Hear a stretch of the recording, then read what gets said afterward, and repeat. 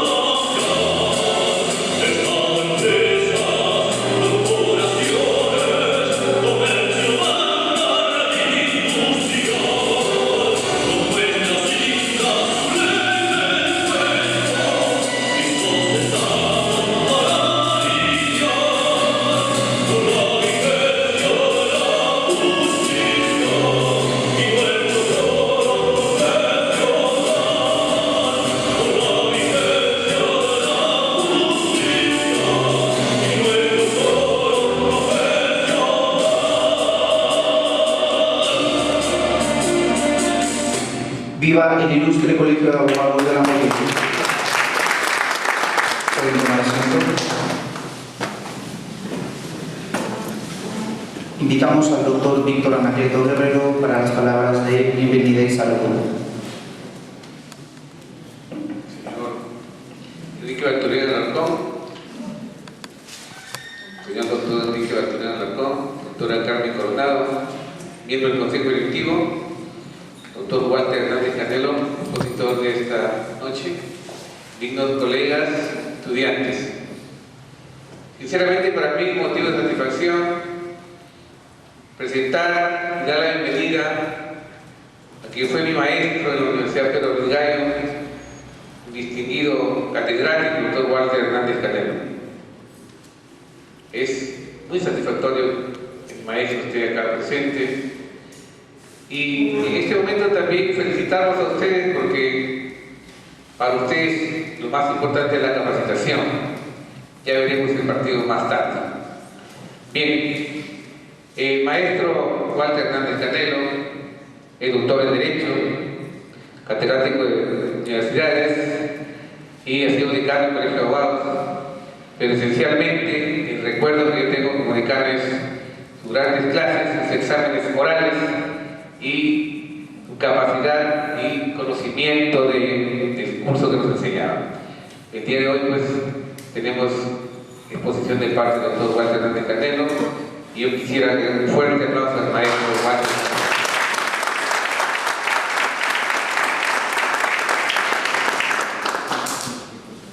El tema de esta noche se ha denominado Derechos Reales de Garantía a cargo del doctor Walter Hernández Canelo y para ello quisiera leer su hoja de vida.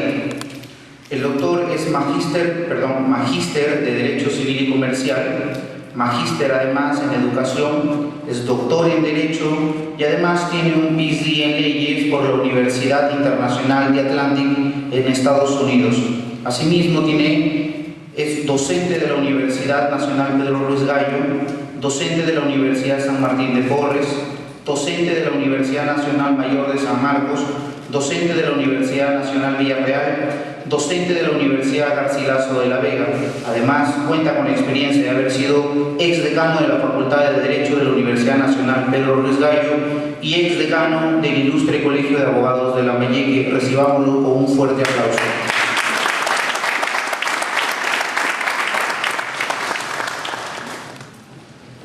Señor decano del Ilustre Colegio de Abogados, señores miembros del Consejo Directivo, señores abogados, señores estudiantes de Derecho y público en general.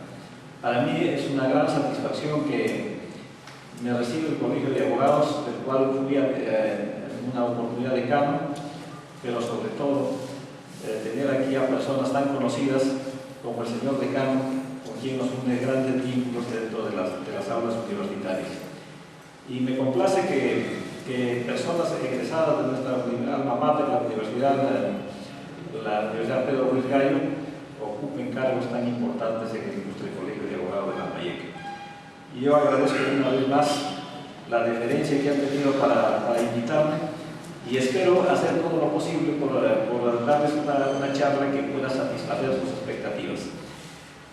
Bueno, entrando en materia, nosotros hemos optado por dar una disertación relacionada a los derechos reales de garantía.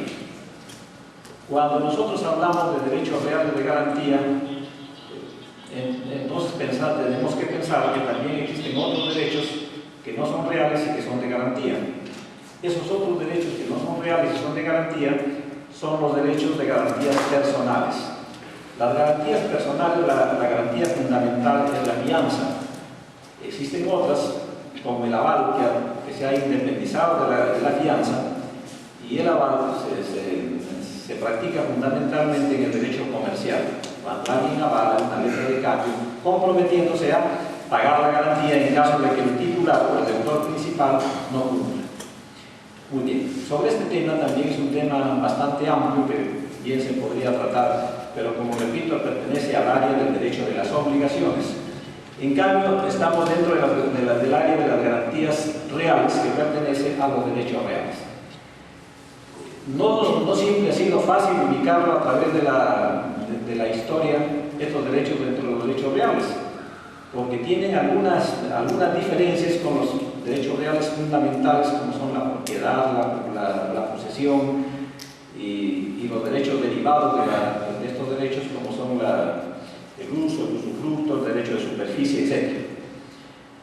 ¿Por qué les decimos que no ha sido fácil ubicarlos? Porque en todos los derechos reales, como sabemos, existe un sujeto activo debidamente determinado, pero existe un sujeto pasivo erga omnes, o sea que todos los demás que no son los titulares son los sujetos pasivos dentro de los derechos reales. En otras palabras, yo soy propietario de esta edificación, pero al ser propietario de esta edificación estoy excluyendo a todos los demás que no son los dueños de esta edificación.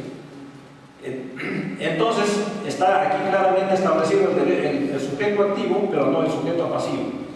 Cosa distinta ocurre en los derechos de garantía. En los derechos de garantía, muy similares a los derechos obligacionales, los dos sujetos, tanto el sujeto activo como el sujeto pasivo, son debidamente determinados. Una persona debe al banco una suma determinada, el sujeto deudor, en este caso, es la persona que presta, y el banco es el sujeto activo. De modo que en todos los cuatro derechos, que como vamos a ver, el derecho de garantía mobiliaria, la hipoteca, la anticrisis y el derecho de retención, las dos partes que entran en la relación jurídica están debidamente determinadas. Si esto es así, algunas legislaciones no las han ubicado a estos derechos dentro del derecho de garantía, sino dentro del derecho de las obligaciones, o sea que lo consideran como derechos personales. Tal es el caso, por ejemplo, del derecho italiano. italiano, del derecho, prácticamente el derecho francés. Pero aún nosotros, en nuestros inicios en el Código de 1852, también se consideraban como derechos de obligacionales, o sea, derechos personales y no derechos reales. Es a partir del Código de 1936, en que las garantías quedan totalmente independizadas y entran al área o a la órbita de los derechos reales. Bueno, dicho esto, entonces vamos a llevar a cabo, o vamos a hacer referencia a los 4 derechos de garantía, reales, pero en forma paralela, porque no podíamos terminar un tema y volver nuevamente sobre en la otra institución, dado que solamente tenemos un poco tiempo, porque se trata de un tema sumamente amplio. En consecuencia, he pensado en hacer referencia en forma paralela a los diferentes temas relacionados a cada una de las instituciones. Y así empezamos, por ejemplo, hablando de los orígenes. Pues, el derecho real, en primer lugar, de garantía mobiliaria. La garantía mobiliaria no es sino la sustitución del derecho a la prenda, al derecho prendario. La ley 28677, que fue dada en el año 1996, derogó la institución de la prenda y estableció la garantía mobiliaria. ¿Cómo se tomó de dónde se toma esta institución? La Conferencia Interamericana sobre Derecho Internacional Privado se empeñó en tratar de impulsar esta nueva institución y aprobó lo que se llama la Ley Modelo Interamericano sobre Derechos de Garantías Mobiliarias. En base a esta norma, que a su vez fue tomada en parte de la legislación canadiense, se ha llevado a cabo, se elaboró este proyecto y luego, en base a eso, surgieron los anteproyectos y finalmente la ley que ahora tenemos en vigencia. Pero entonces, la raíz de esto, el antecedente fundamental está en la prenda. Sí, hablamos de un antecedente histórico, ¿no?, como institución. Claro que resulta sorprendente, un poco explicativa la situación de que a la prenda se le haya cambiado por garantía mobiliaria, confundiendo un tanto las instituciones, porque en el derecho romano, a través del derecho, se ha hablado también de garantía inmobiliaria.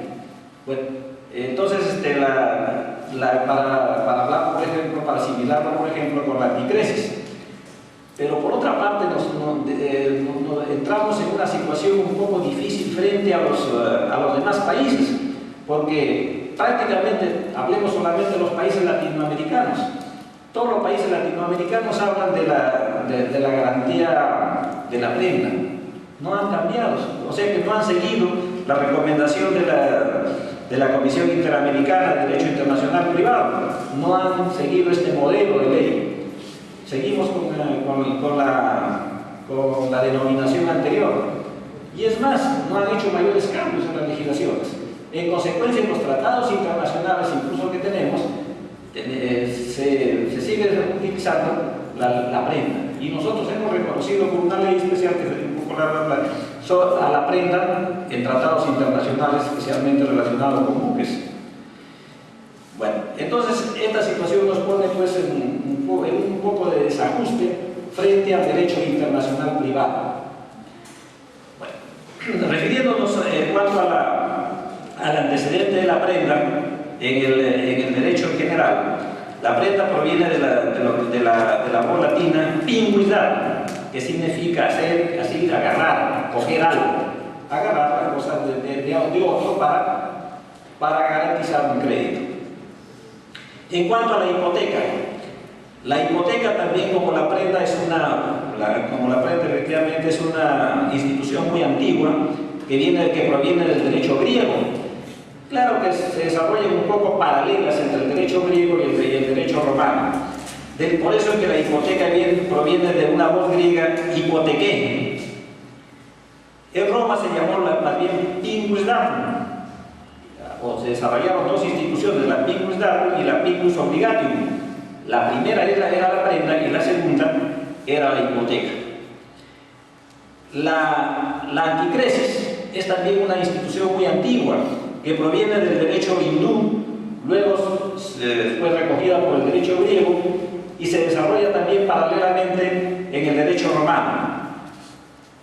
En el derecho romano se hablaba de la antichesis, que significaba uso en contrario, el uso de una persona sobre un bien del cual no era propietario, no era su titular.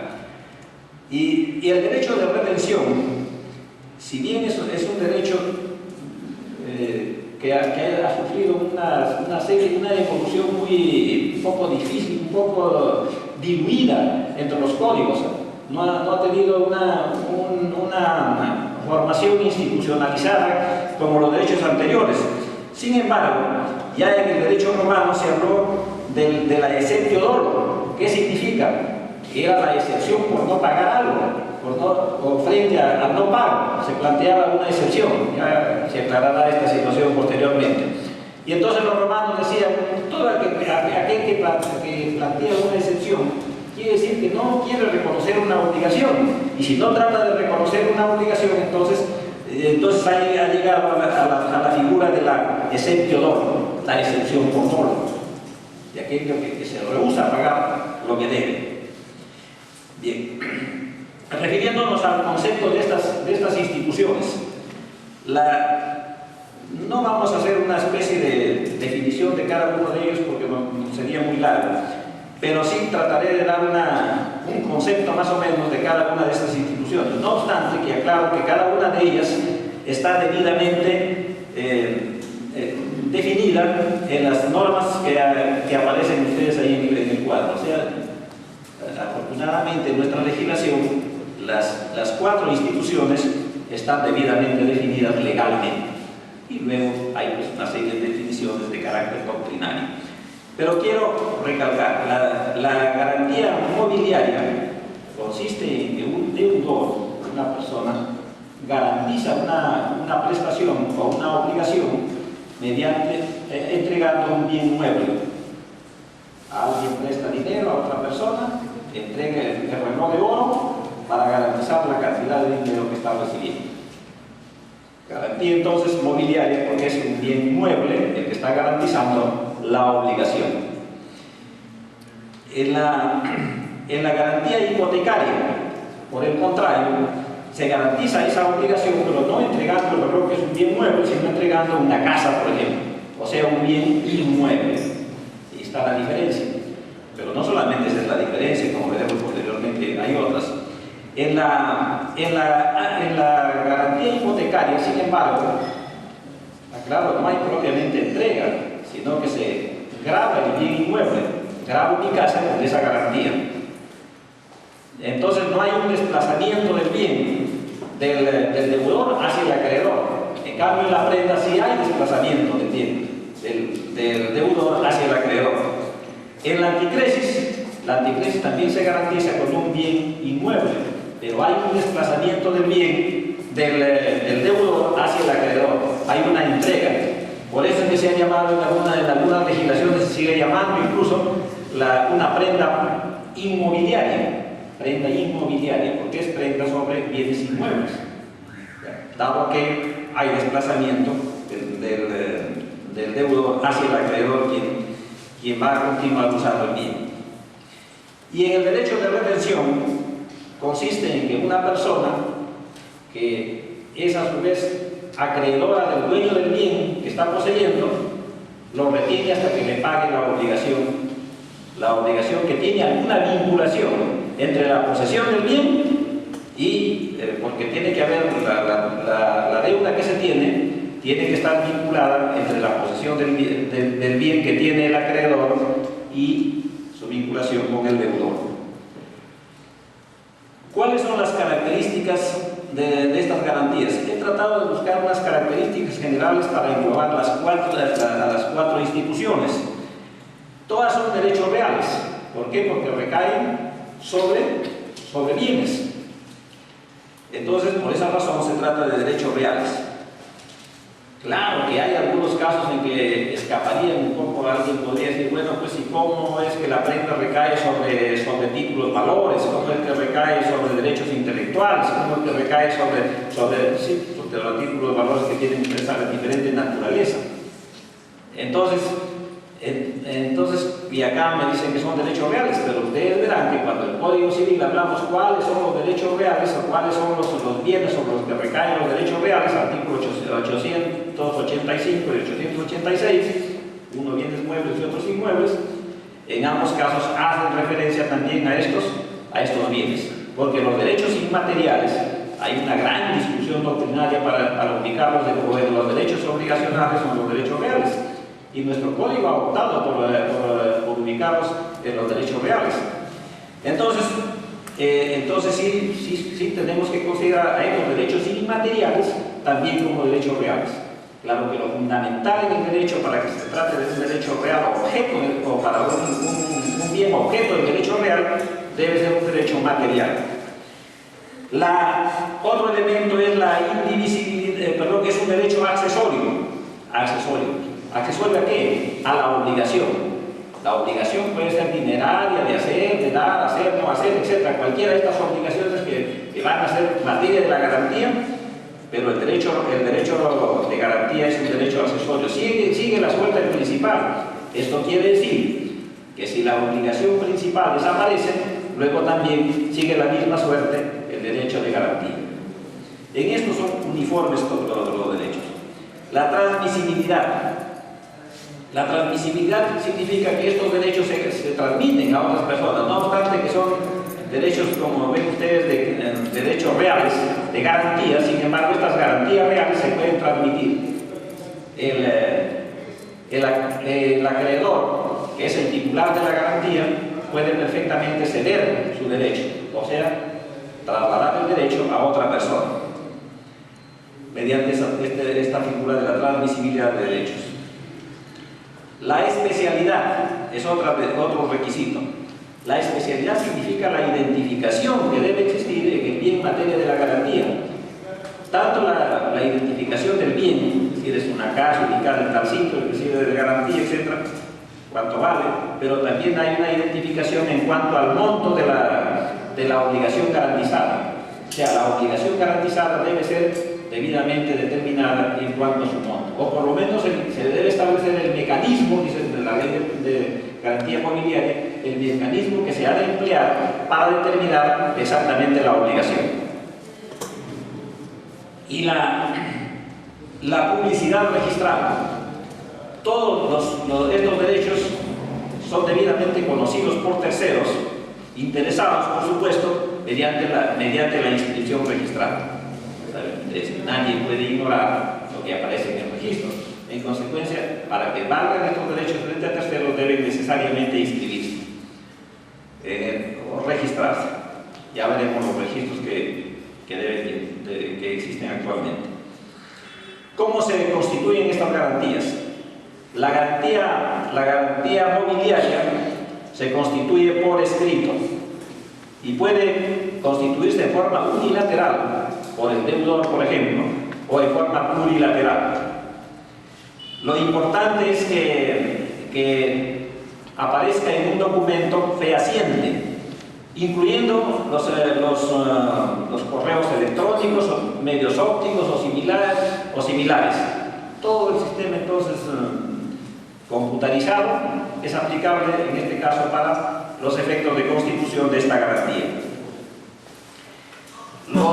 Los requisitos de constitución son largos, la ley establece, pero lo fundamental es que se identifique el bien, que se identifique el monto, que los sujetos tengan capacidad para contratar, tanto todos los que intervienen en la relación jurídica. ¿Cuáles son los sujetos que intervienen? Los sujetos que intervienen son el constituyente, en primer lugar.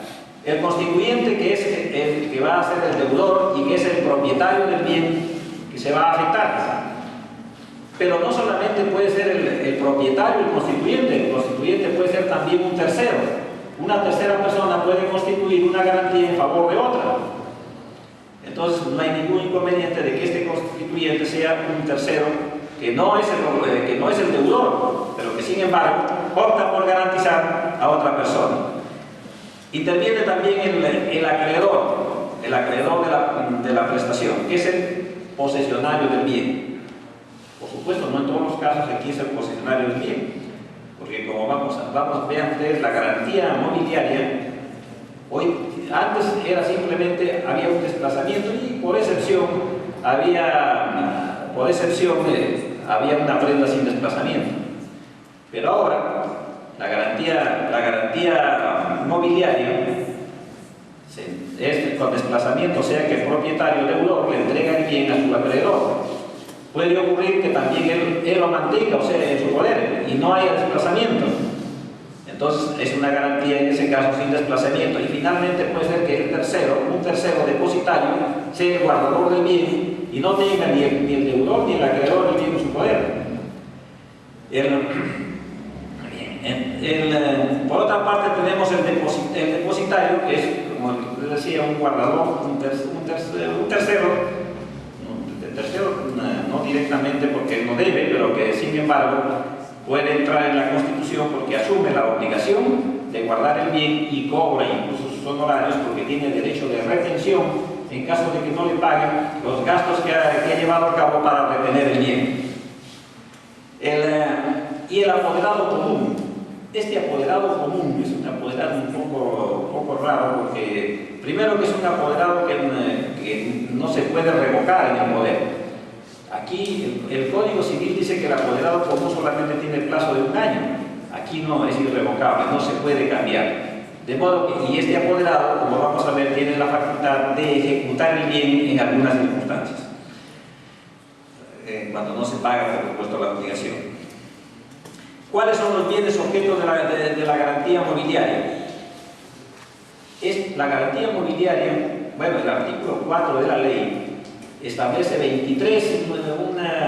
un catálogo de 23 ítems donde aparecen todos los bienes de la garantía mobiliaria. Es incansable, mucho más grande que la relación de bienes que tiene el Código Civil en cuanto a bienes muebles. Entonces tenemos una clasificación legal paralela, una que dice el Código Civil cuáles son los bienes muebles y otra que dice la ley de garantía mobiliaria cuáles son los bienes muebles sujetos a la garantía mobiliaria. Pero esta ley dice que hay también categorías genéricas de bienes. La totalidad de bienes del constituyente, incluso todo el patrimonio del constituyente puede ser materia de la garantía. Puede ser materia de la garantía de bienes presentes y bienes futuros, o sea que aquellos que todavía no existen. Y pueden ser objeto de la garantía de bienes corporales y bienes incorporales. Vean ustedes esta amplitud.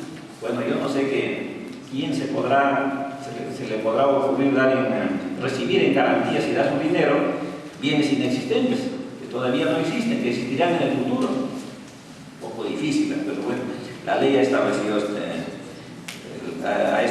como ven ustedes, esta amplitud tan grande. Y por último termina este dispositivo diciendo y todos los bienes muebles que existan, que no ha enumerado la ley. Bueno, si son todos los bienes muebles, ¿para qué no se enumeró? Hubiese sido más fácil que diga, señor, la garantía mobiliaria recae sobre todo bien mueble, con excepción de tales bienes, porque hay algunos bienes que no pueden ser materia de la garantía mobiliaria. Entonces mejor hubiese enumerado cuáles no son materia de la garantía y todos los demás eran materia de la garantía mobiliaria. Esta situación pues, ha llevado incluso en la enumeración a una serie de contradicciones. Por ejemplo, para no ser muy amplio, si hablaríamos de dice que todos los títulos valores son materia de la garantía mobiliaria. Y luego habla, por ejemplo, de los conocimientos de embarque, en otro ítem, el número 7, de los conocimientos de embarque, títulos de análoga naturaleza, de las acciones y participaciones en sociedades, de asociaciones, etc. Pero estos son también títulos valores. ¿Y para qué primero digo que son todos los títulos valores y luego agrega otros como si no fueran títulos valores? Bueno, ven ustedes entrando pues en una especie de contradicción al respecto. Yo ya los veo un poco cansados, no, eso es una reforma para... Bueno, entonces vamos a ver qué obligaciones garantizan.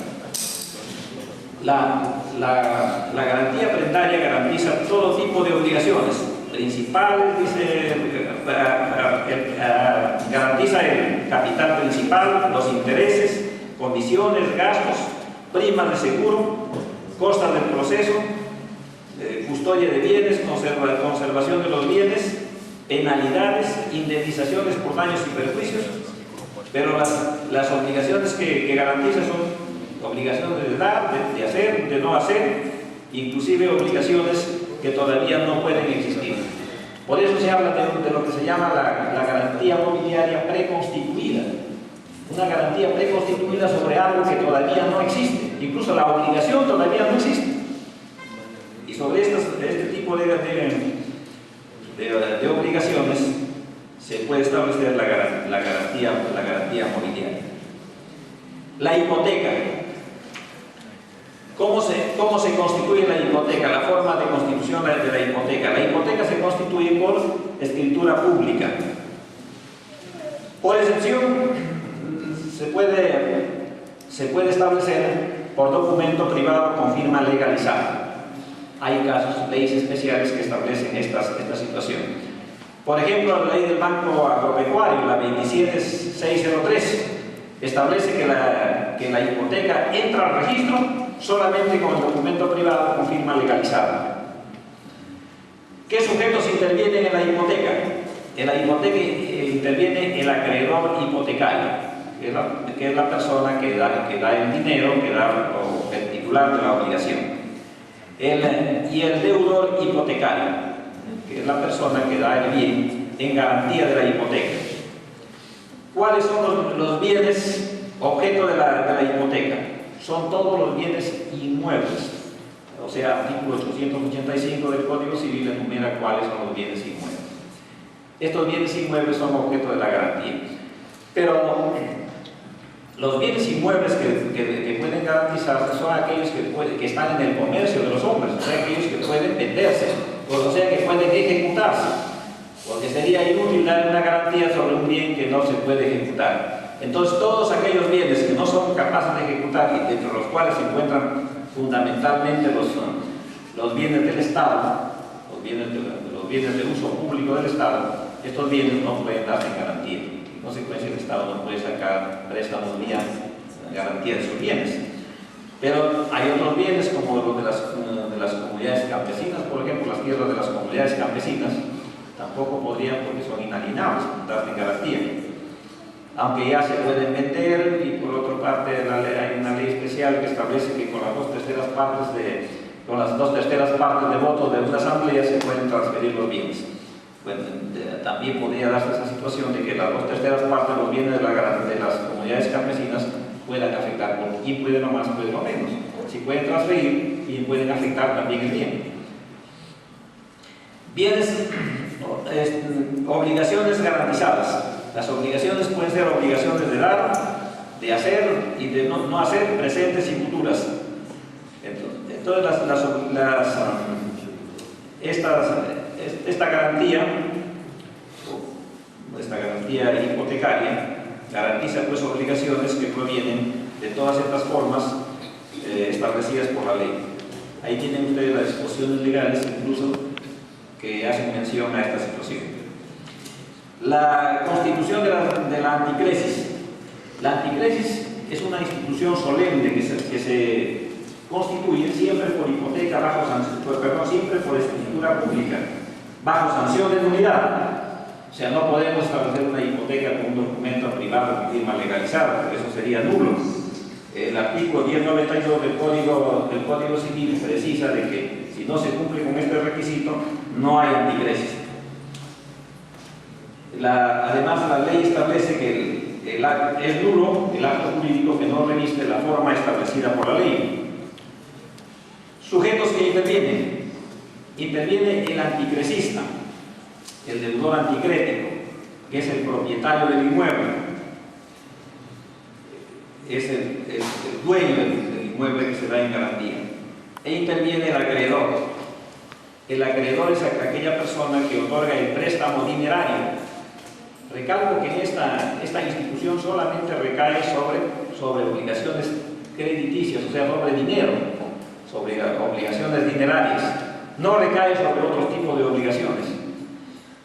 ¿Por qué? Dado que la ley ha establecido cómo deben aplicarse los frutos o intereses que puedan producir este tipo de obligaciones.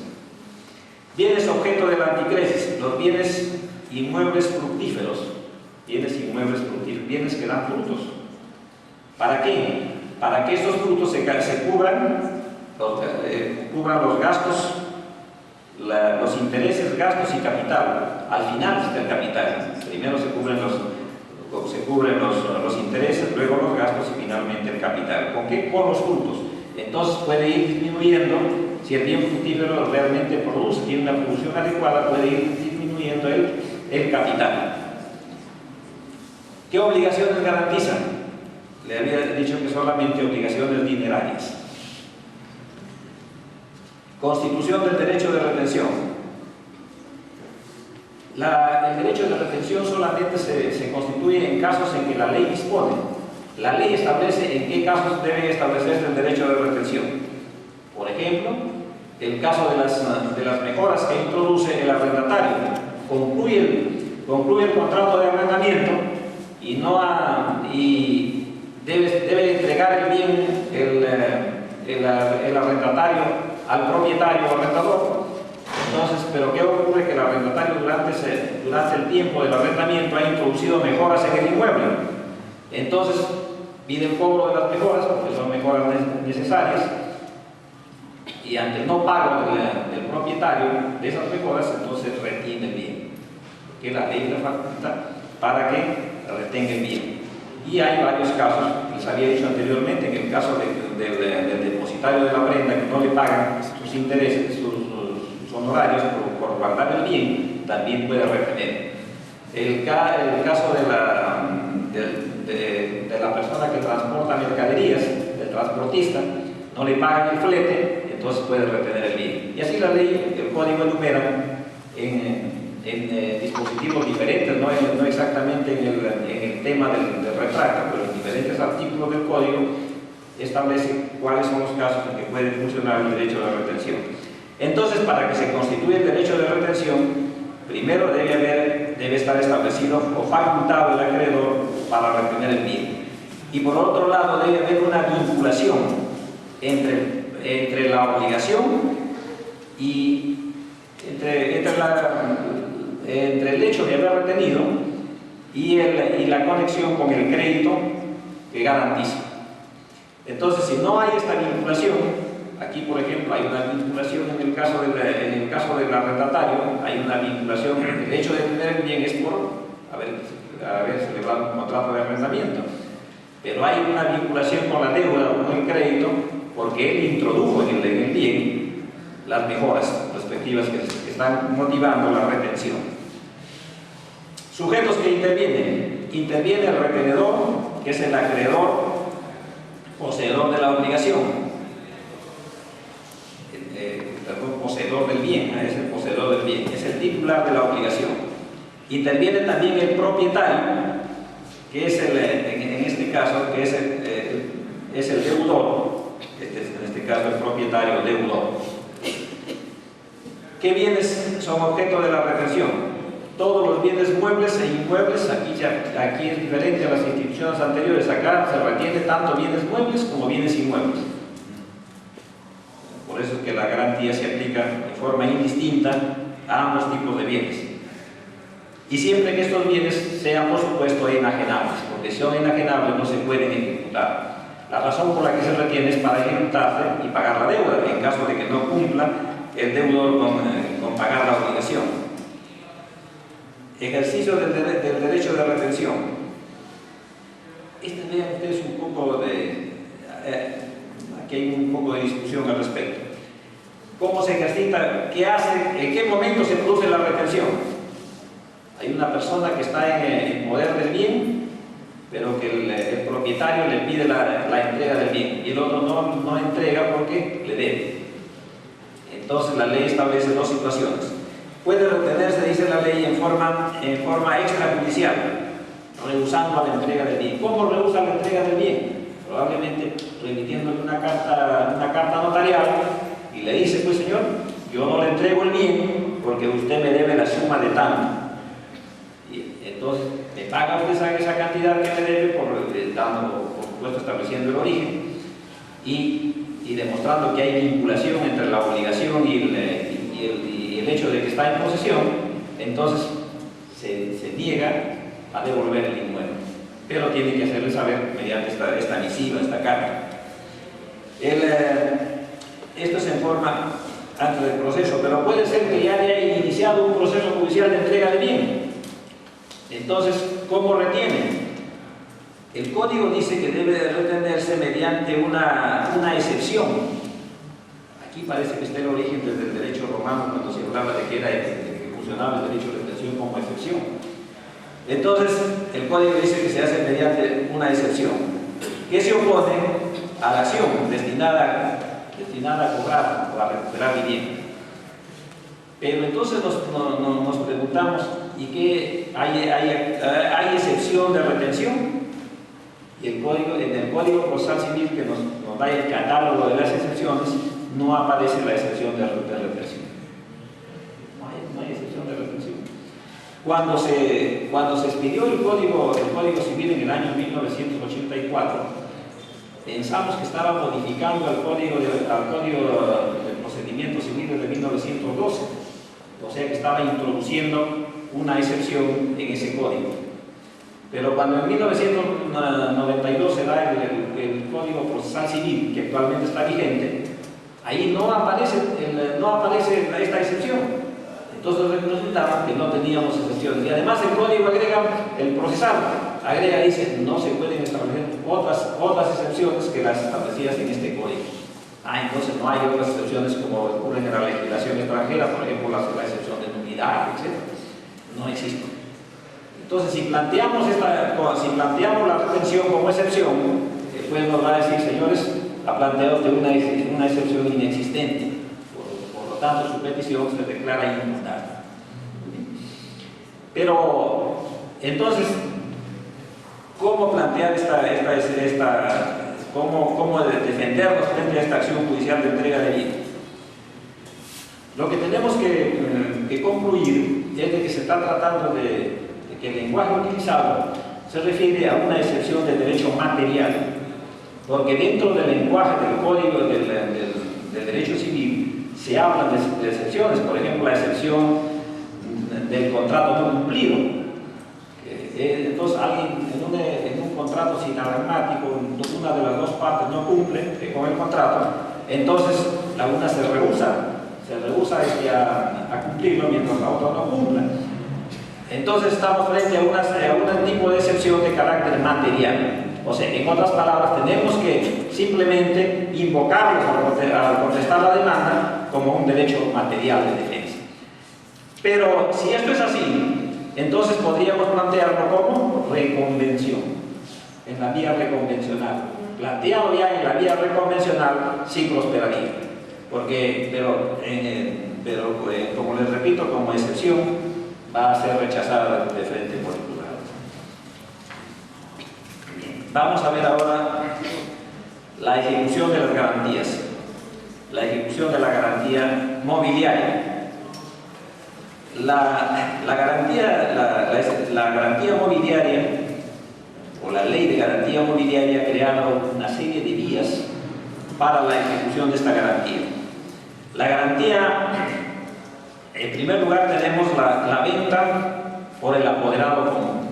El apoderado común está facultado para vender. Todo el proceso ya, quizá sería muy largo de hablar, pero el apoderado común da una notificación de 3 días para que se proceda para que pague el obligado, y si no paga, ofrecen venta.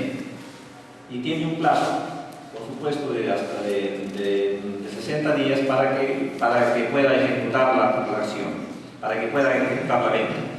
Aquí hay un problema en el sentido de que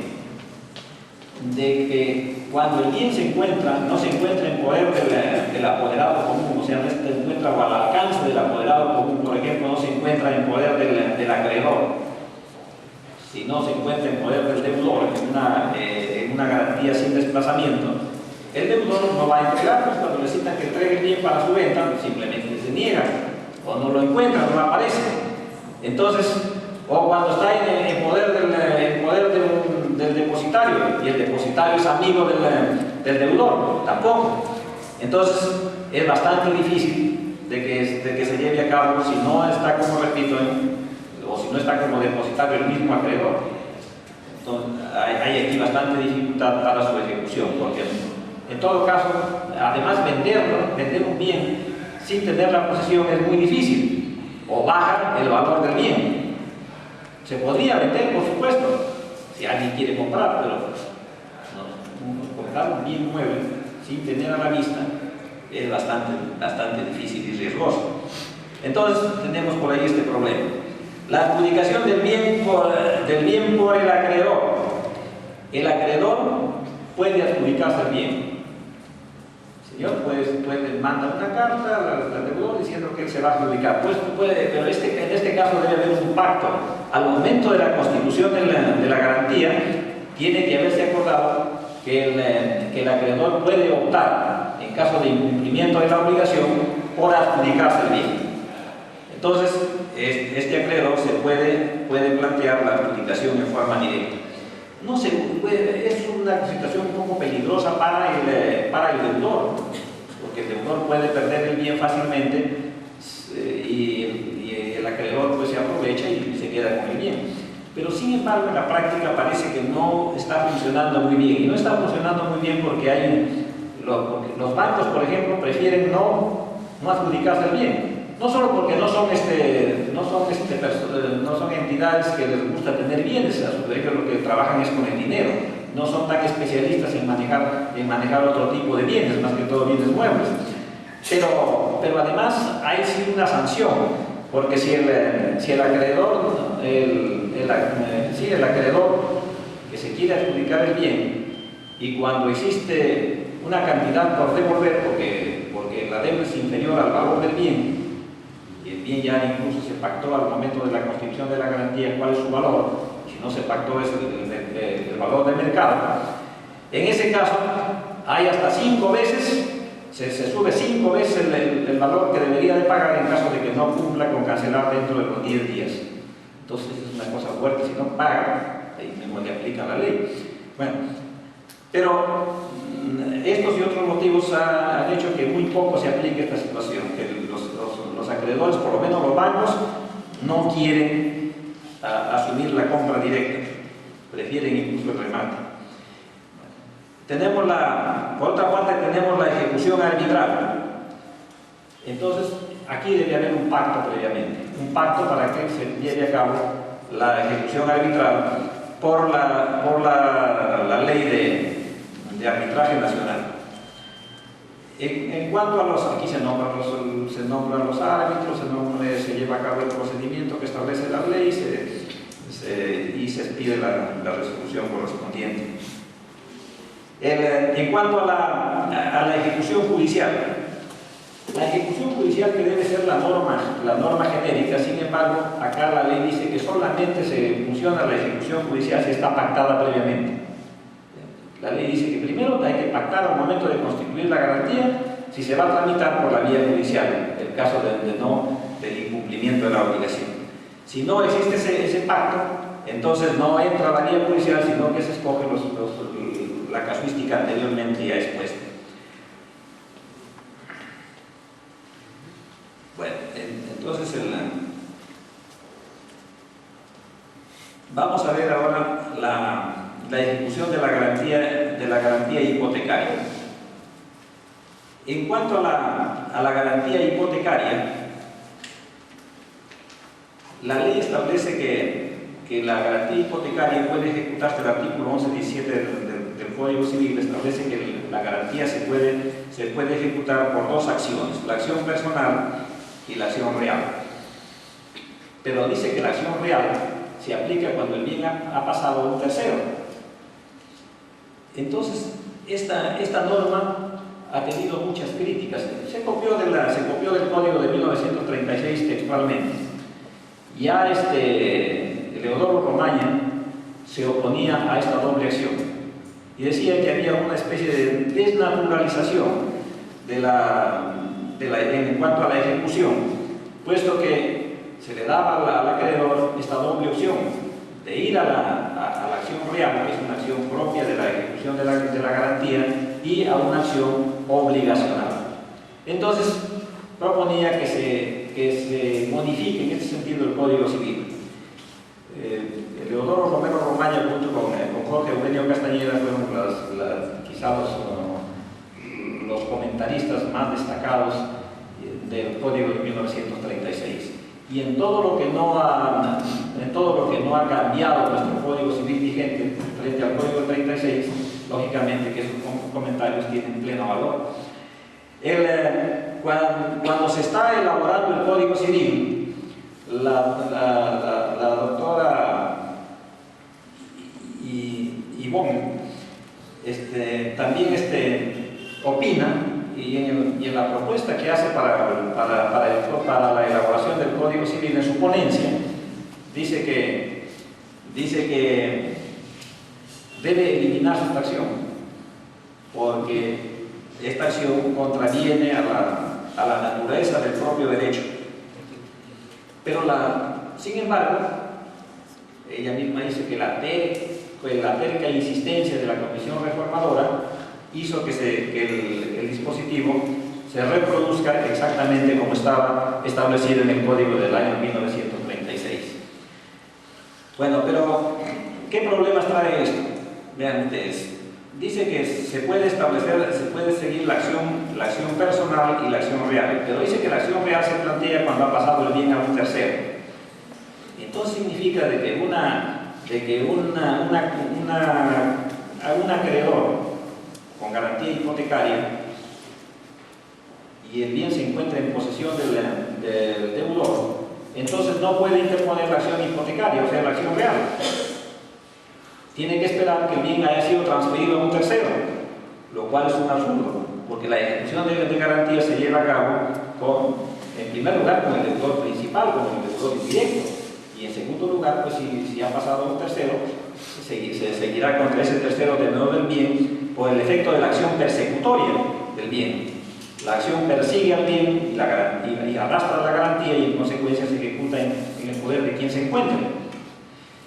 Entonces, desde ese punto de vista, la ley del Código Civil no es clara. Pero por otro lado dice que se puede seguir la acción personal. La acción personal, ¿qué significa? Bueno, la acción personal significa de que el acreedor no solamente que va a ejecutar el bien objeto de la garantía, sino hacer este pago con todo el patrimonio de los bienes del deudor. Todos los bienes del deudor servirán para cubrir la deuda. Bueno, si él solamente pide, porque podría pedir por la vía ejecutiva, de que se remate el bien para cobrarse, no tendría ningún sentido porque, bueno, aquí pediría pues por el cumplimiento por la ejecución de obligaciones. Ejecución de obligaciones porque consta en una escritura pública y tiene mérito ejecutivo. Pero no tendría ningún sentido porque tiene paralelamente y con el mismo proceso la acción real, de ejecución de garantía real. Entonces, si quiere que se cobrase con todo el patrimonio del deudor, porque a lo mejor pues, se disminuyó el bien en materia de la garantía de valor sustancialmente y ya no cubre la obligación, en ese caso tendría que plantear una acción un proceso de conocimiento para que pueda ejecutar todos los bienes del deudor, porque de lo contrario no podría, salvo que el monto de la obligación sea muy pequeño, entonces tendrá que plantear una acción, un proceso abreviado. Pero vean ustedes, aquí ya cabe la posibilidad de entrar al juicio ejecutivo, al proceso abreviado o al proceso de conocimiento. Y en el otro caso, si se trata de ejecutar la garantía, tenemos el procedimiento de ejecución de garantías, el proceso ejecutivo, artículo 720 y siguientes del Código de Procedimientos Civiles. En cuanto a la ejecución de la anticresis,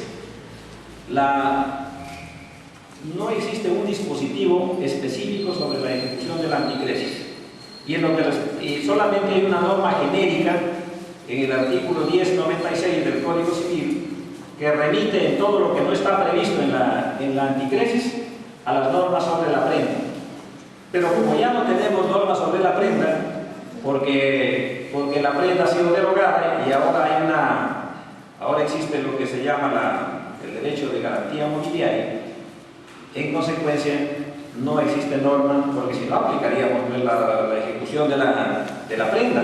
Hoy no se puede porque ya está derogado el código y habría que ir en todo caso a la ejecución de garantías por el proceso ejecutivo.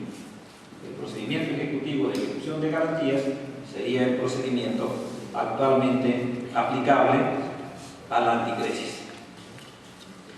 En el derecho de retención, el derecho de retención no tiene tampoco un procedimiento de ejecución de garantías.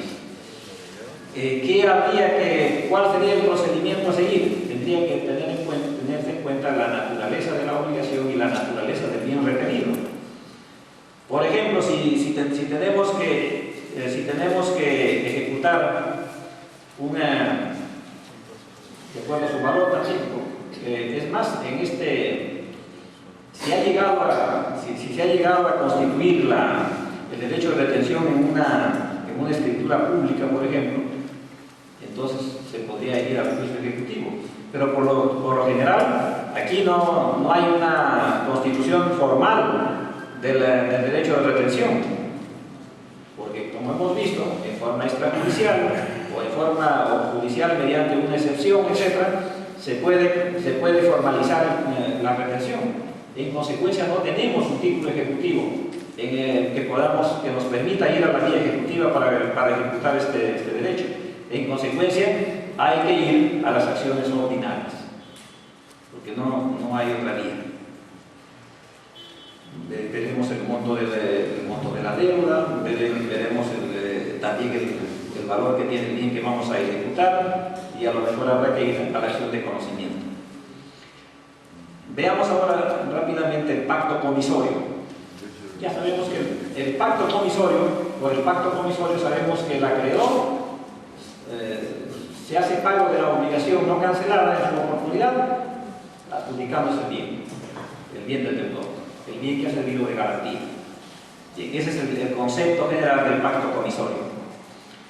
En la garantía mobiliaria está aceptado el pacto comisorio porque le permite al acreedor, si así se convino en el momento de la Constitución, adjudicarse el bien. Ya hemos tocado esto anteriormente. Entonces, acá, en lo que respecta a la hipoteca, el artículo 11.11 prohíbe expresamente el pacto comisorio. O sea que si el deudor no cumple con pagar la obligación, entonces, en este caso, el bien, de todos modos, tiene que ir al remate por la vía judicial y con el monto del remate se paga la obligación, y si hay un saldo se le entregará al deudor. En la anticresis, por las mismas razones que anteriormente les he manifestado, no está establecido si se aplica o no el pacto comisorio, porque remite, como ya les dije, en cuanto a estos casos a las normas de la prenda que está derogada. Podría sostenerse de que se aplica en este caso el pacto comisorio que está establecido en la Ley de Garantía Mobiliaria, por su similitud o por analogía, si bien, como quiera que sea derogado las normas del Código Civil sobre la prenda. Sin embargo, el artículo 6 del título preliminar del Código Civil dice que todo acto que trata de recortar derechos no puede ser objeto de analogía, y aquí estaría recortándose los derechos del acreedor anticrético, del deudor anticrético, al adjudicarse el acreedor el bien sin haber habido un procedimiento judicial previo. En consecuencia,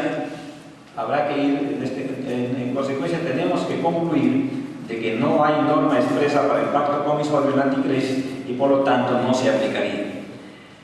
El pacto comisorio en el derecho de retención está expresamente prohibido en el artículo 11.30, y se es nulo el pacto comisorio en el derecho de retención. Entonces aquí no hay mayormente ninguna duda está prohibido el pacto de retención, el pacto comisorio. Vamos a ver ahora el registro de garantías. El registro, en primer lugar, de garantías, el registro de garantías mobiliarias. Bueno, ya el Código Civil el Código Civil vigente del año 1984 establece que se implementará el registro de bienes muebles, pero dice que una ley especial deberá reglamentar este registro y poner en práctica. Siguió funcionando el Código Civil hasta el año 1996, perdón, hasta el 2006, en que se despide la ley de garantía mobiliaria y arrastramos una serie de registros de bienes muebles como el registro de prenda agrícola, prenda industrial, prenda minera, etc. El registro de ventas a plazo, que también tiene el registro de bienes muebles. Todos estos son unificados por la ley de garantía mobiliaria, pero son subsumidos dentro de sus alcances. Y a su vez, esta ley crea o establece los siguientes registros, la ley de garantía mobiliaria. El registro de bienes muebles. Este registro de bienes muebles tiene los siguientes registros. El registro de bienes muebles propiamente dicho, el registro de propiedad vehicular, el registro de naves y aeronaves y el registro de embarcaciones pesqueras y de buques. Entonces, todos estos registros se crean, en unos casos son registros de propiedad, como el registro de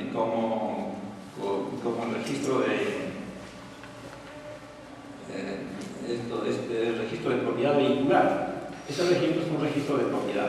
Sin embargo, todos los bienes que entran a estos registros, en esos mismos registros se inscriben la garantía mobiliaria. Bien, refiriéndonos entonces al registro de bienes muebles, el primer libro del registro de bienes muebles, este registro no está reglamentado. En otras palabras, ¿qué bienes se inscriben en el registro? Me refiero ya específicamente al registro de bienes muebles, porque el registro de bienes muebles tiene dos nombres: un título general, registro de bienes muebles, y están enumerados los otros registros que les acabo de decir, dentro de los cuales también está el registro de bienes muebles. A este registro me refiero. Este registro no está reglamentado, pero existen una serie de bienes en el listado del artículo 4 de la Ley de Garantía Mobiliaria que no tienen un registro específico. Entonces, esto debería entrar al registro de bienes muebles con un reglamento especial. O en todo caso, este registro de bienes muebles a lo mejor pues tendrá que tener varios libros en los cuales se clasifiquen todos estos, se puedan entrar fácilmente todos estos bienes enumerados en la ley. El registro de propiedad vehicular, ahí tienen ustedes el reglamento, la resolución de la SUNAT, la 087/2004 y sus modificaciones. Aquí se inscriben todos los vehículos terrestres que circulan, camiones, etc. Tienen su catálogo de inscripción. El registro de naves y aeronaves. Este registro funciona por la Ley de Aeronáutica Civil y su reglamento. Y la resolución número 360/2002 de la SUNAT. Este registro tiene los siguientes registros. El registro de aeronaves. En el registro de aeronaves se inscriben los aviones, helicópteros, globos libres, dirigibles, etc. Hay una serie de estos. Todos estos bienes pueden ser objeto de garantía mobiliaria. En el registro de motores, los motores de estas aeronaves. El registro de contratos de utilización de aeronaves, o sea, el arrendamiento de aeronaves, el subarrendamiento de aeronaves, el intercambio de aeronaves, que se acostumbra con más frecuencia. Estas operaciones se inscriben entonces en el registro de contratos de utilización de aeronaves. El registro de embarcaciones pesqueras. Este registro de embarcaciones pesqueras había un gran vacío en la ley porque no se salía este reglamento, salió un reglamento que no cuadraba bien con las normas, pero actualmente existe la resolución número 022-2012, o sea, el año pasado, que si bien no se publicó en el diario oficial peruano, sin embargo aparece en la página web de la SUNAR y aparece a partir del 28 de enero del 2012. O sea que desde esa fecha ya contamos con este reglamento del registro de embarcaciones pesqueras y de buques.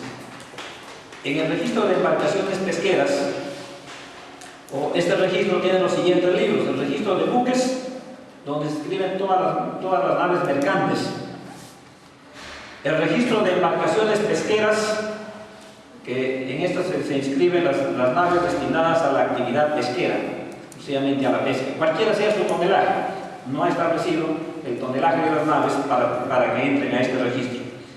Y el registro de naves, propiamente dicho, este registro de naves, aquí se inscriben las naves recreativas, las naves especiales, las naves deportivas, los artefactos navales y otros.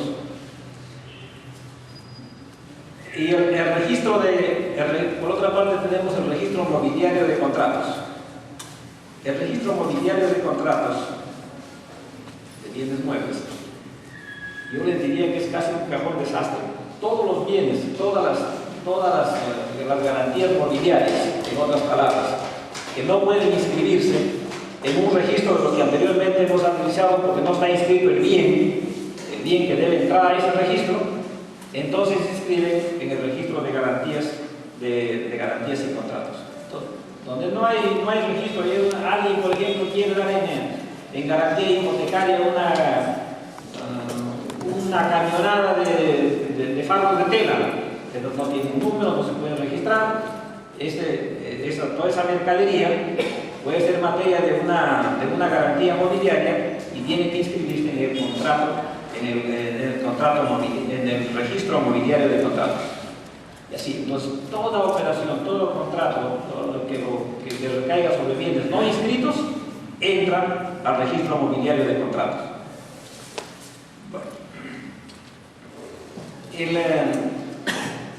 Además se ha creado lo que se llama el Sistema Integrado de Garantías y Contratos. Este Sistema Integrado de Garantías y Contratos, que hemos tratado de graficar para que más o menos se entienda un poco mejor. Aquí está conectado con todos los registros que existen, anteriormente que se ha mencionado, y fundamentalmente por razones de la publicidad, para efecto de dar a conocer a los interesados qué bienes están registrados, porque figúrense, es bien difícil saber pues, qué bien mueble está registrado o sobre él ha recaído o no una garantía mobiliaria. Entonces, para esto se ha creado este sistema integrado de garantías y contratos.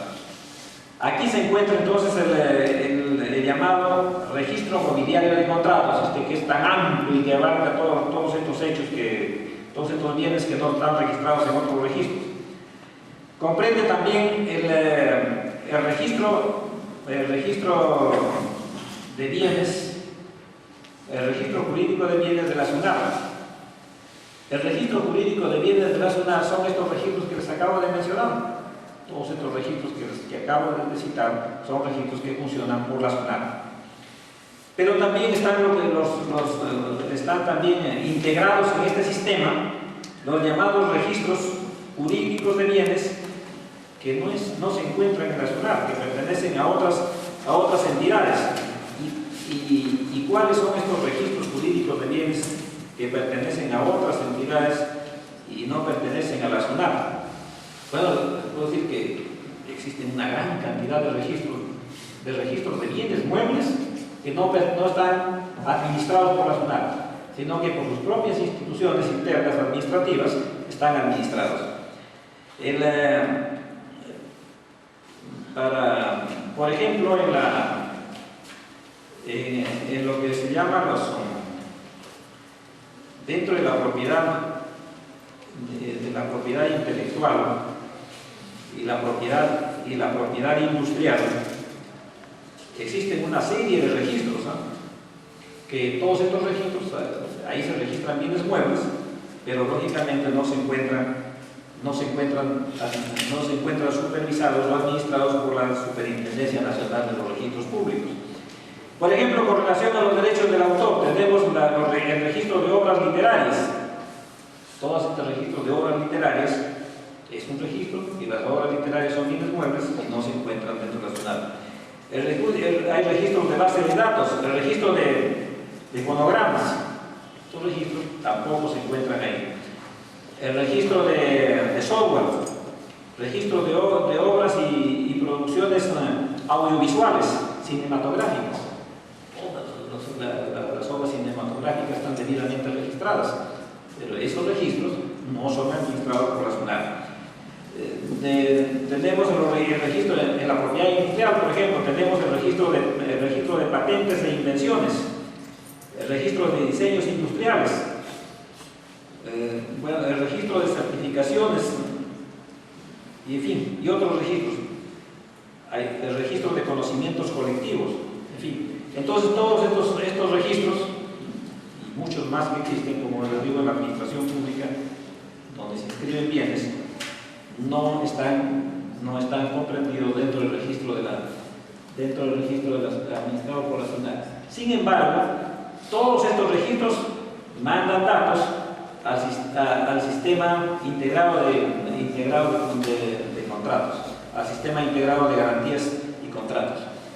Y a través de este sistema integrado de garantías y contratos, nosotros podemos obtener certificados literales o compendiosos de todas las inscripciones que se encuentren en ese registro. La ley dice que ese registro debería ser puesta en forma gratuita propiamente a favor de los interesados. Sin embargo, el reglamento dice que hay que pagar previamente el derecho respectivo para poder ingresar o para poder, en todo caso, solicitar la información que una persona requiere.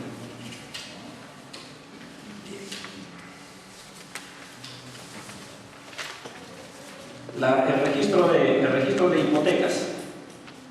Las hipotecas se inscriben en los registros públicos donde está inscrito el bien que es materia de la garantía hipotecaria, del gravamen. Entonces, en ese registro, en el registro de predios, donde está inscrito el bien, si esta construcción lo hipoteca, está inscrita en el registro, y en ese mismo asiento tiene que inscribirse, por supuesto, en un grupo diferente de gravámenes, cargas y gravámenes, se inscribe la garantía.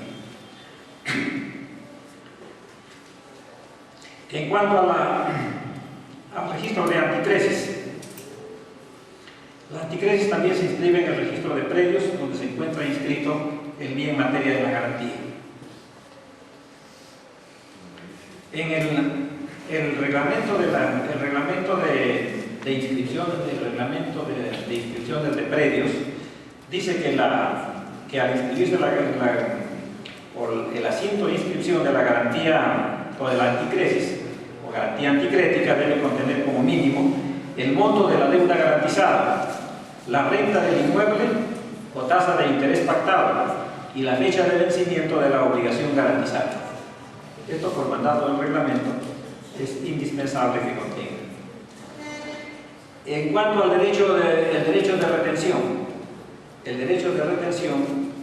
código dice que debe inscribirse para que tenga valor contra terceros. Aquí, ¿y dónde se inscribe? Si la retención recae sobre un bien inmueble, es innegable que tendría que inscribirse en el registro predial donde se encuentra inscrito el bien inmueble. Y si se trata de un bien mueble, habrá que recurrir a este sistema de registro de bienes muebles para ubicar en qué registro está inscrito el bien mueble, y si no está inscrito en ningún registro, irá al registro de contratos. Entonces, eso tendría que verse teniendo en cuenta la naturaleza del bien materia de la garantía. Vamos a ver los modos de extinción de la garantía, de las garantías. Aquí voy a tratar de ser lo más sintético posible. Entonces las garantías, en general toda garantía se extingue cuando se paga la obligación. Pagada la obligación, la garantía se ha extinguido ya la obligación y la garantía sigue el mismo fin. ¿Por qué? Porque se trata de un derecho accesorio. El problema a veces se da cuando se extingue la garantía pero no se levanta el registro. Ahí surge bastante problema, no se ha levantado la inscripción registral. Y a veces el acreedor, porque casi siempre el levantamiento de la garantía en el registro depende del acreedor. Y la ley dice incluso que el acreedor es el que debe levantar la garantía. Cuando no lo hace el acreedor, habría que recurrir a la vía judicial, pero también se puede recurrir al sistema de caducidad de garantías. La caducidad de garantías, entonces se solicita que se declare al mismo registrador que se declare la caducidad de la garantía cuando ha transcurrido más de 10 años de su inscripción. Y entonces es el registro el que procede al levantamiento de la inscripción. Sin embargo, a veces no está claro el plazo desde cuándo se hace exigible la obligación, porque a partir de la fecha en que se hace exigible la obligación y no se cobra, entonces empieza a correr la prescripción. Y cuando no funciona, entonces no está claramente establecido en este documento. La ley dice que tiene que probarse por otros documentos fehacientes cuando empieza a correr el plazo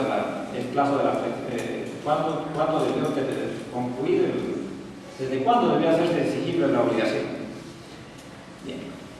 Entonces los registros no quieren entender desde cuándo, aun cuando más o menos se puede deducir del mismo documento donde se hacen generalmente los préstamos de mutuo, que siempre están en escritura pública, se infiere, pero sin embargo el registro dice, no señor, no se puede. Cuando no se, entonces el registro no levanta, no obstante que han transcurrido los 10 años y no se levanta la prescripción. En ese caso hay que recurrir al juez. En la vía judicial solamente se podrá levantar en este caso la prescripción.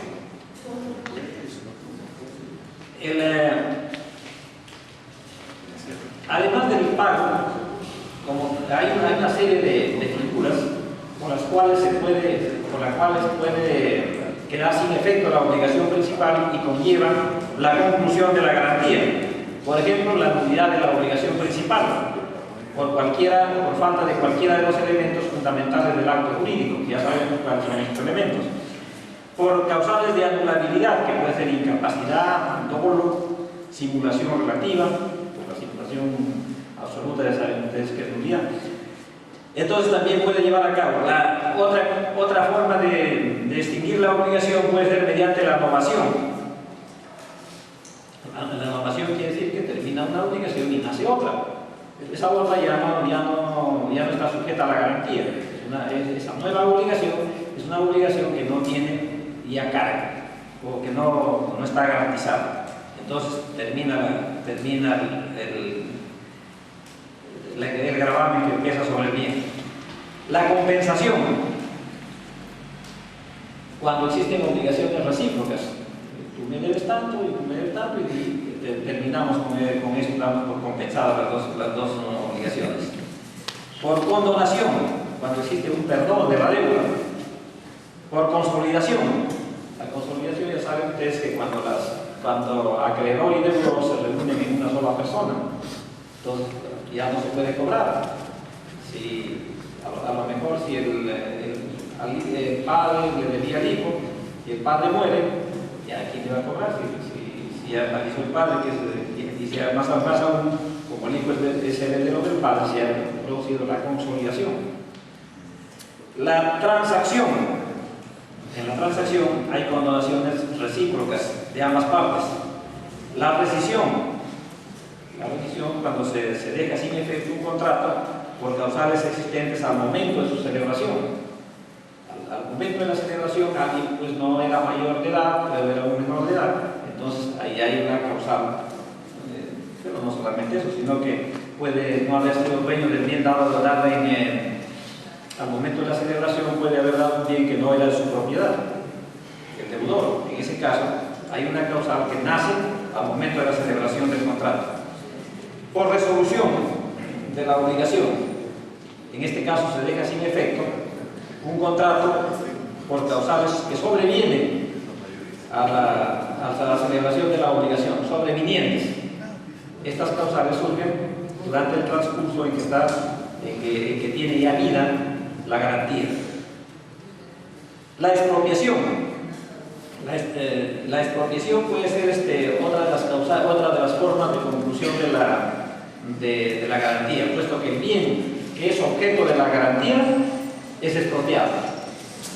Generalmente en este caso la garantía podría recaer en el monto indemnizatorio que proviene de la expropiación. Pero claro que no se puede expropiar bienes muebles, porque la Ley General de Expropiaciones, la 27.117, establece que no se puede expropiar bienes muebles. En consecuencia, los bienes que son objeto de la garantía mobiliaria no son objeto de expropiación. Sin embargo, la Ley de Expropiaciones, no tanto la Ley de Expropiaciones, sino el Código de Procedimientos Civiles, en el artículo 526, inciso 6, copiando la ley de expropiaciones anteriores, comete un error y dice que el plazo para el recojo de los bienes muebles da un plazo de 10 días.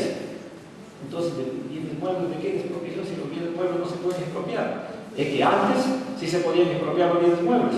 Anteriormente, durante la época de la reforma agraria, por ejemplo, se expropiaban bienes inmuebles y bienes muebles.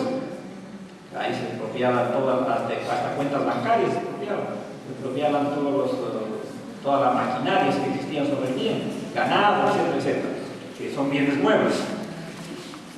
Bien, ahora vamos a terminar, así que vean ustedes, vamos a ver que cuando concurren diferentes acreedores, porque pueden concurrir diferentes acreedores, uno con garantía hipotecaria, otro con un derecho de retención, etcétera, etcétera. ¿Qué ocurre?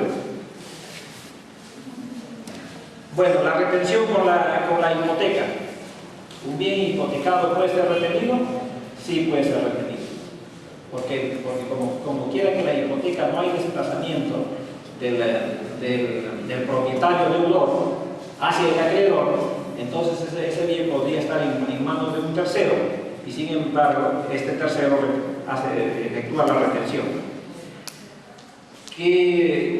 ¿Cuándo los dos derechos predominan? Aquí hay que ver, en primer lugar, el momento de la constitución.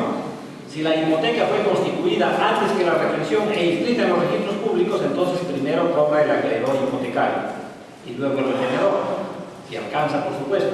Pero si la retención entró primero al registro, entonces cobrará primero el retenedor y luego el acreedor hipotecario.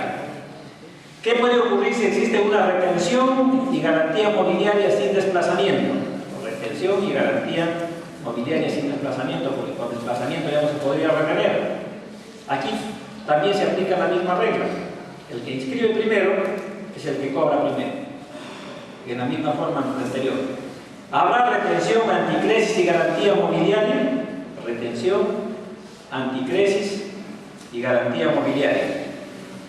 En primer lugar, no puede haber anticresis con retención, porque el bien está en este caso en poder del deudor, en el caso de la anticresis. La garantía mobiliaria, cuando es con desplazamiento, tampoco se puede dar, porque si es con desplazamiento, entonces el bien se encuentra en poder del acreedor o de su depositario. Entonces no es factible que se pueda dar la retención, anticresis y garantía mobiliaria. Puede ocurrir que estos derechos tengan que entrar en conflicto con un tercer adquiriente. Por ejemplo, que se venda el bien que está en garantía mobiliaria con garantía hipotecaria. Ahí sabemos que el derecho es persecutorio. tendrá preferencia el acreedor con garantía hipotecaria. Puede ocurrir que se venda el bien que está, un bien mueble en este caso, que está garantizado con una garantía mobiliaria. Esta venta con garantía mobiliaria es válida, como también es válido el bien que se vende con hipoteca. Lo que pasa es que es persecutorio en cuanto al pago de la obligación. Pero en cuanto a la garantía mobiliaria, la ley dice que cuando se vende el bien a un tercero, la garantía recae sobre el monto de la venta, pero además persigue el bien. Sigue un doble pago poco justificable, porque dice que también es persecutoria del bien. En cuanto al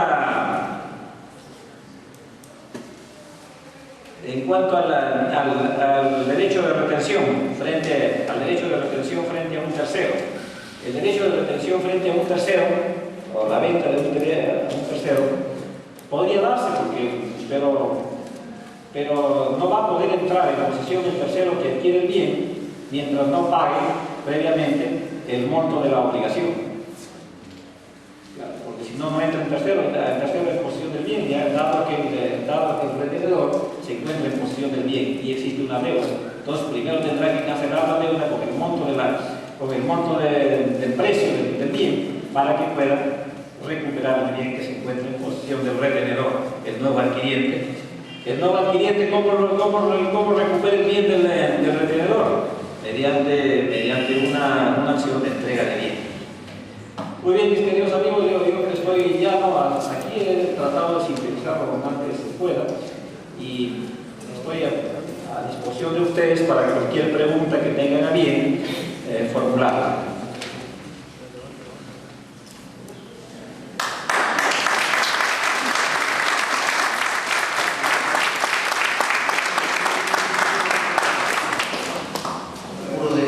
Y es por eso que a pedido del decano se va a hacer la entrega de un diploma de reconocimiento y asimismo la entrega de un presente.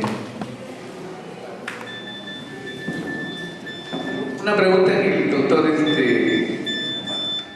Camara quiere hacer, por favor, brevemente. Muy sencilla, doctor. Muchísimas gracias nuevamente por la exposición que nos ha hecho esta noche el doctor Walter Hernández Canelo.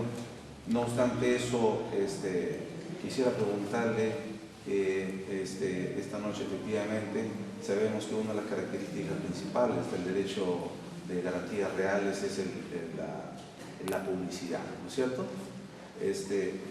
Pasa que un contrato de compra-venta de un departamento, en este contrato, dentro de las cláusulas del contrato, se estipula por el lado del vendedor que el inmueble está libre de todo tipo de gravamen.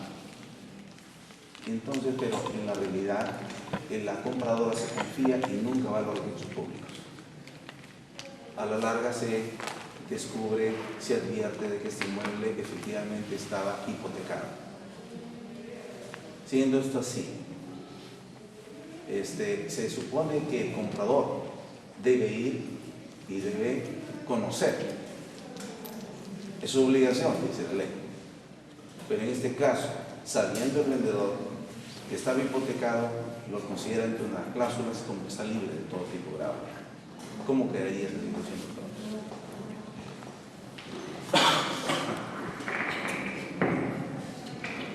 Gracias, doctor, por la pregunta. Bueno, en este caso, indudablemente, pues que hay un poco de responsabilidad del vendedor, porque está mintiendo, no está diciendo la verdad. Pero también hay una especie de responsabilidad del comprador, porque el comprador debería de haber acudido a los registros públicos y solicitar un certificado en el que conste que no existen gravámenes.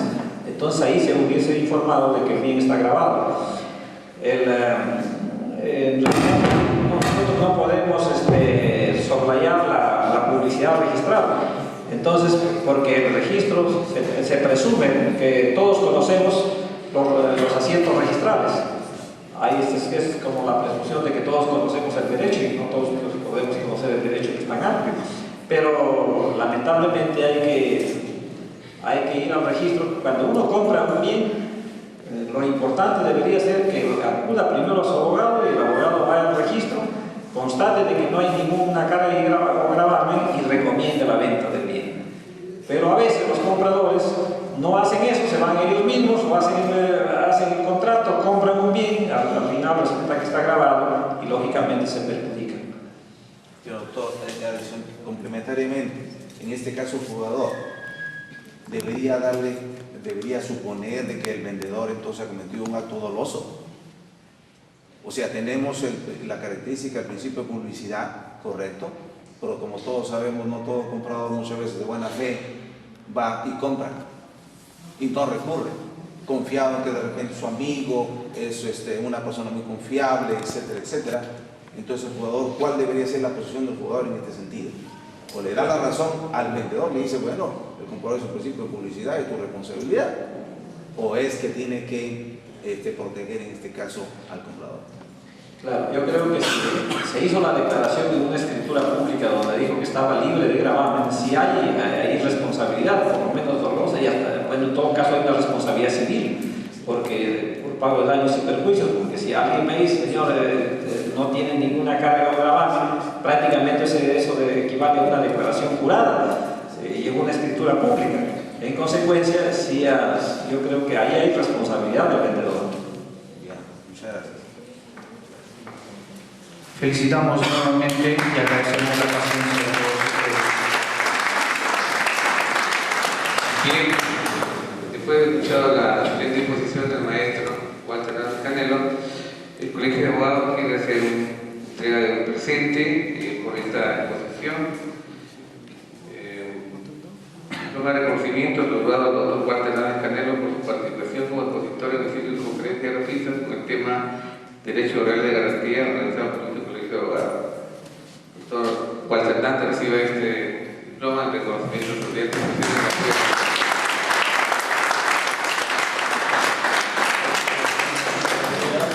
Recibo este diploma con profundo agradecimiento y básicamente porque viene de mano de nuestro señor decano y del Colegio de Abogados a quien tanto le agradezco una vez más, y no solo tanto a usted como a la concurrencia y que nos ha permitido hacer la exposición que se ha llevado a cabo. Muchas gracias.